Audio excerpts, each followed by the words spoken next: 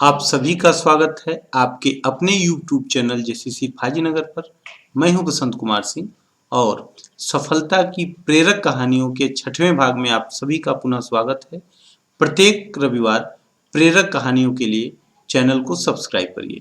इसके अलावा इस चैनल पे कक्षा 9, 10, 11, 12 मैथमेटिक्स और साइंस से संबंधित वीडियो प्रोवाइड कराए जाते हैं। अगर आप इस चैनल पे नए हैं तो इस चैनल को जरूर सब्सक्राइब करिए। इसके साथ ही बोर्ड परीक्षा 2021 में पास हुए हाई स्कूल और इंटरमीडिएट के समस्त छात्र छात्राओं को बहुत बहुत बधाई एवं शुभकामनाएं। किसी ने बहुत ही अच्छी बात कही है कि चलता रहूंगा रास्ते पे तो चलने में माहिर बन जाऊंगा, या तो मुझे मंजिल मिल जाएगी या तो मैं अच्छा मुसाफिर बन जाऊंगा।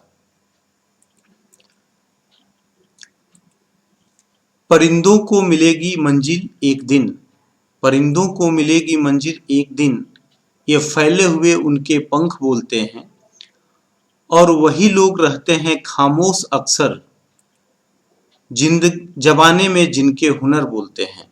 परिंदों को मिलेगी मंजिल एक दिन, ये फैले हुए उनके पंख बोलते हैं और वही लोग रहते हैं खामोश अक्सर जमाने में जिनके हुनर बोलते हैं।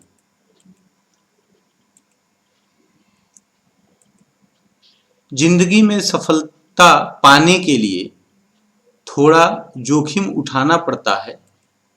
सीढ़ियां चढ़ते समय ऊपर जाने के लिए नीचे की सीढ़ियों से पैर हटाना पड़ता है। तो चलिए स्टार्ट करते हैं आज की प्रेरक कहानी। यह कहानी दो मित्रों की है। एक गांव में दो मित्र रहते थे। एक का नाम महेश था और दूसरे का नाम दिनेश था। गरीब होने के कारण वह दोनों मजदूरी करते थे, साथ साथ काम करते थे और अक्सर बहुत ही कठिन परिश्रम करके कमाई करते थे। दोनों साथ जाते थे, चट्टानों से पत्थर तोड़ते थे और पत्थर को लेकर के शहर जा करके और शिल्पकार के यहाँ बेच करके आते थे, जिससे कि उनका जीवन यापन चलता था। बहुत दिनों काम करते करते वह थक भी गए थे और केवल 2 वक्त की रोटी की ही व्यवस्था कर पाते थे। उनको लगता था कि जीवन अब इससे आगे बढ़ने वाला नहीं है। एक दिन महेश के मन में एक विचार आया और उसने दिनेश से कहा कि यार, कब तक हम लोग इस तरह से कठिन मेहनत परिश्रम करते रहेंगे और जीवन अपना कष्ट में बिताते रहेंगे। हमें भी कुछ ऐसा करना चाहिए कि हमें भी मेहनत करके चाहे जैसे भी हो अमीर बनना चाहिए और हमें भी अपना जीवन सुख में बिताना चाहिए। यह बात दिनेश को बहुत अच्छी लगी और उसने प्रण कर लिया कि हम कुछ ऐसा करेंगे कि हम भी ठीक से अपनी व्यवस्था करेंगे, अपने जीवन को सुखमय बनाएंगे और यह जन्म हमारा इसलिए हुआ है ताकि हम अपने जीवन को सुखमय बना सकें। यह बात करते करते दोनों आगे बढ़ते हैं और जंगल में जाकर के पत्थर तोड़ते हैं और पत्थर को लेकर के दिनेश और महेश दोनों शहर को जाते हैं और पत्थर बेच करके आते हैं। अगले दिन से जब महेश दिनेश से मिलता है तो दिनेश को देख करके ऐसा लगता है कि यह रात भर सोया नहीं था, बहुत काफ़ी मेहनत किया है।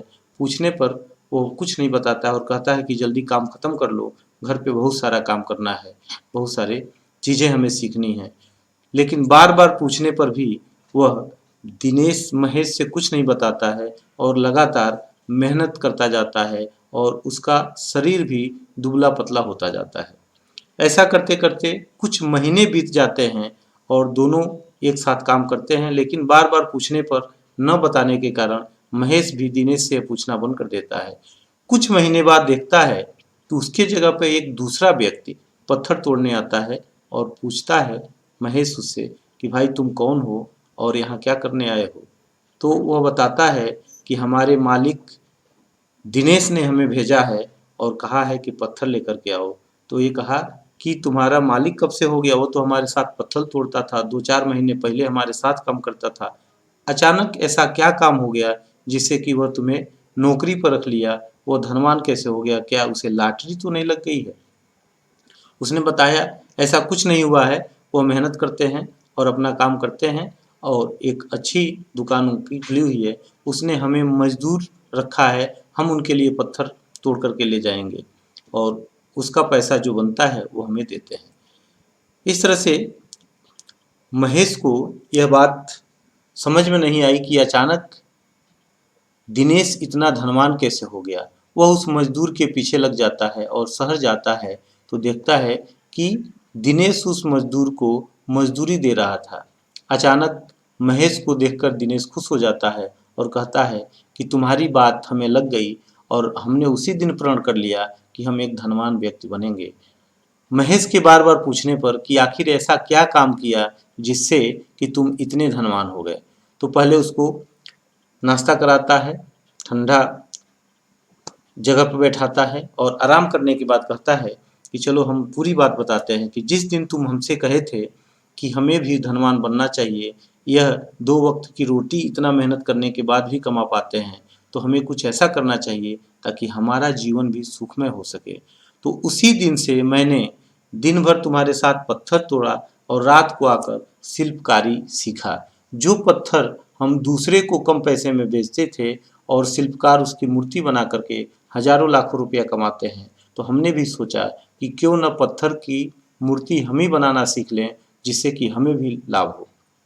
लगातार 4 महीनों तक जो पत्थर मैं तुम्हारे साथ लेकर आता था उसकी मूर्तियां बनाता था और ढेर सारी मूर्तियां बनाने के बाद मैं एक दुकान यहाँ खोला हूँ और यह मूर्तियाँ इतनी सुंदर हैं कि लोग अच्छे दाम दे करके खरीदते हैं और कुछ ही महीनों में हमारी दुकान बहुत अच्छी चलने लगी, जिससे कि हम अब अमीर व्यक्तियों की श्रेणी में हमारी गिनती हो रही है और मैं धनवान हो गया हूँ।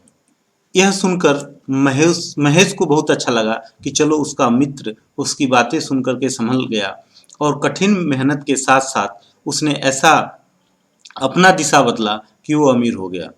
फिर से महेश को दिनेश अपने कमरे के अंदर ले जाता है जहाँ पर विभिन्न प्रकार की मिठाइयाँ रखी हुई हैं।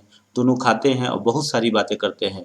दोनों मिल करके अब अपना बिजनेस चलाते हैं और महेश को वह पत्थर का ठेका दे देता है कि तुम पत्थर ले आना, हम उसकी शिल्पकारी करके मूर्तियाँ बनाएंगे और दोनों लाभ में बराबर के हिस्सेदार होंगे और दोनों मित्र एक साथ सुखी पूर्वक जीवन बिताने लगते हैं। तो इस कहानी से हमें क्या शिक्षा मिलती है, इसका जवाब आप हमें कमेंट बॉक्स में ज़रूर दीजिएगा और यह कहानी कैसे लगी इसको भी कमेंट बॉक्स में ज़रूर कहिएगा, ताकि हम आगे फिर से इस तरह की प्रेरक कहानियों के साथ अगले संडे को फिर से प्रस्तुत हों। पूरा वीडियो देखने के लिए बहुत बहुत धन्यवाद। जय हिंद।